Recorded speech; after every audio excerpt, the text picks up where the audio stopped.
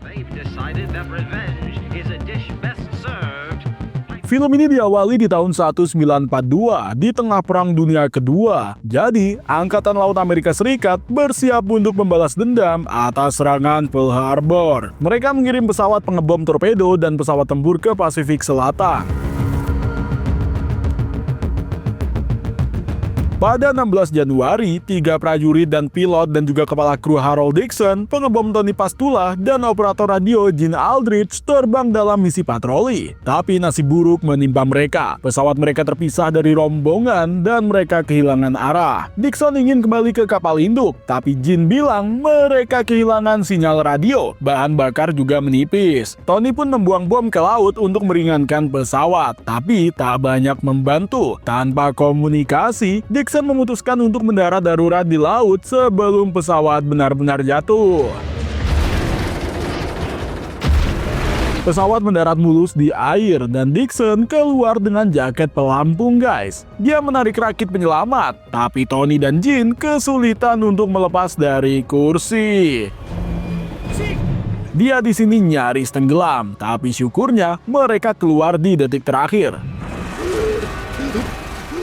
Dan sayangnya, tak sempat mengambil perbekalan sebelum pesawat tenggelam. Dixon dan Gene membuang senjata agar lebih mudah mengapung. Tapi Tony masih membawa pistolnya. Dengan susah payah, mereka meniup rakit. Tapi terbalik, guys. Mereka mengikat jaket pelampung dan membuat pegangan di situ dan membalikan rakit lalu naik. Kini, mereka hanya bisa menunggu untuk diselamatkan, guys.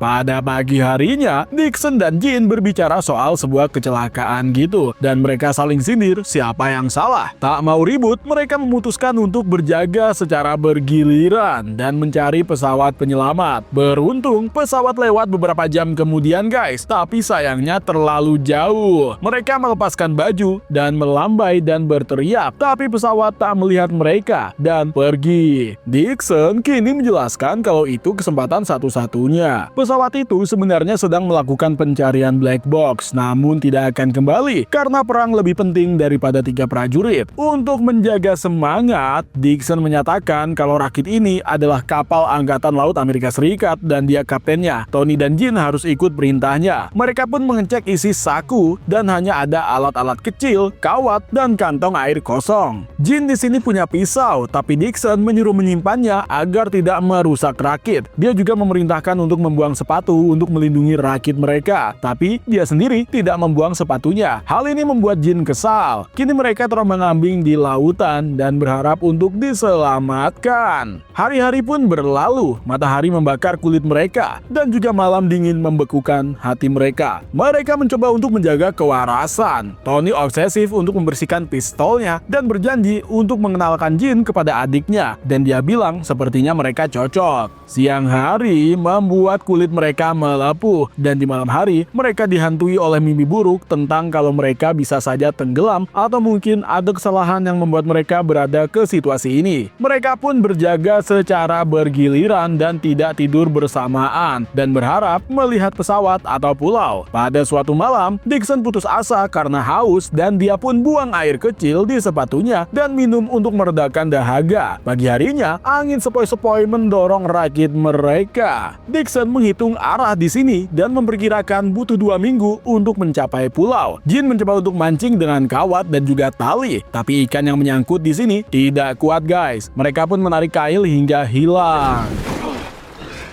Gene yang tidak menyerah pun membuat kail baru dan membiarkannya di air. Panas membuatnya jengkel. Dia menggunakan jaket pelampung dan juga melompat ke laut untuk menyegarkan diri.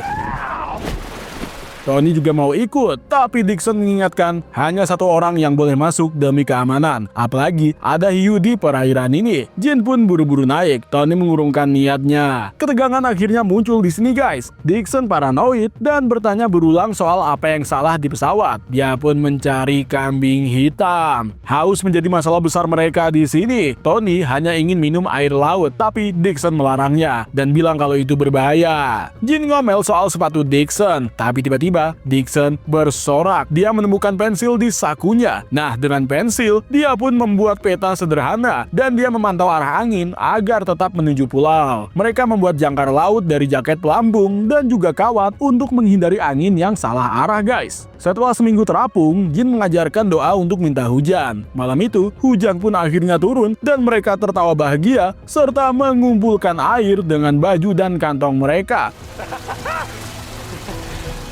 Tapi Jin bosan karena dia gagal mancing. Dia pun mengambil pisau meski Dixon melarangnya. Dengan nekat, Jin menikam air dan berhasil membunuh hiu kecil. Mereka menarik hiu tersebut ke rakit, memotong dan memakan ikan kecil dari perutnya, dan menyimpan daging hiu di kaus kaki untuk umpan. Tapi darah hiu yang dibuang ke laut menarik hiu lainnya, guys. Malam itu, Jin di sini mengantuk dan menaruh tangan di air. Malah digigit hiu. Beruntung dia menarik tangannya sebelum putus. Dixon membalut lukanya dengan bandana milik Tony. Tapi bahaya kini justru semakin mengintai mereka. 2 minggu sudah lewat. Mereka tidak mendapatkan hujan lagi. Isi kantong air mereka juga habis. Dan harapan mulai pudar. Tony melihat pistolnya dengan pikiran yang sangat kelam. Tapi Jin mengambilnya sebelum dia bertindak. Tiba-tiba burung mendarat di rakit. Jin pun menembaknya. Tapi burung tersebut malah jatuh ke laut.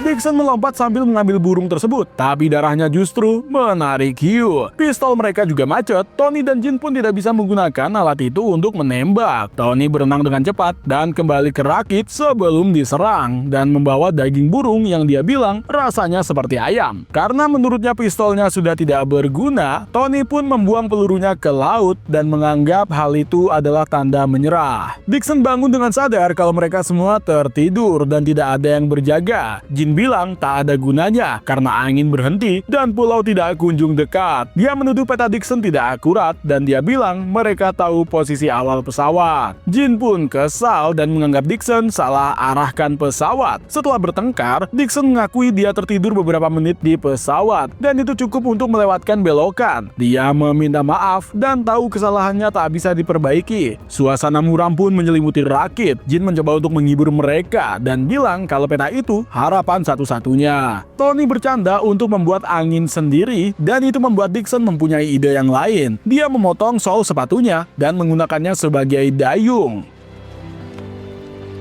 1 bulan pun berlalu, guys. Badai besar datang. Ombak tinggi membalikan rakit dan mereka pun harus membuang alat-alat mereka, termasuk sepatu dayung. Mereka memegang rakit dengan erat dan bersatu untuk membalikannya kembali dengan bantuan angin lalu naik dan mereka pun berpelukan untuk mendapatkan rasa hangat hingga badai reda. Pagi harinya mereka lelah, guys, dan tidak bergerak. Percakapan pun menjadi semakin kelam. Mereka membahas apa yang mereka lakukan jika salah satu dari mereka mati. Mereka mengingatkan keluarga. Tony dan Jin bilang dia tidak akan membawa Dixon ke pengadilan militer atas kesalahannya. Ini membuat Dixon menangis. Tony tidak mau menyerah dan mengajak teman-temannya untuk mendayung dengan tangan. Meski melelahkan, Dixon putus asa dan dia minum air laut, yang itu berarti dia melanggar aturannya sendiri. Tony malah tertidur pulas sampai dikira mati. Tiba-tiba Jin terbangun, guys, dan dia melihat sesuatu yang hijau di kejauhan yang dia anggap sepertinya itu adalah pulau. Dengan air mata, mereka mendayung dengan tangan, tak peduli jika pulau itu dikuasai oleh musuh. Ombak pun mendorong mereka ke pantai pada 20 Februari. Setelah 34 hari terapung sejauh lebih dari 1000 mil, mereka mendarat di pasir. Dengan kaki gemetar, mereka menemukan 2 gubuk, tanda kalau mereka selamat. Setelah diselamatkan, Dixon mendapatkan Navy Cross karena memimpin krunya agar bisa selamat. Tapi, dia tidak akan terbang lagi dalam misi pertempuran. Tony karena lukanya, dia tidak bisa melanjutkan karir di Angkatan Laut. Dan saat dia meninggal pada 1986, abunya disebar di laut. Jin di sini lanjut menjadi operator radio sampai perang usai. Dan pada 1946, dia menikahi adik Tony dan memenuhi janjinya di rakit. Film pun tamat dengan ending yang bahagia, guys. Video ini tidak disponsori oleh siapapun.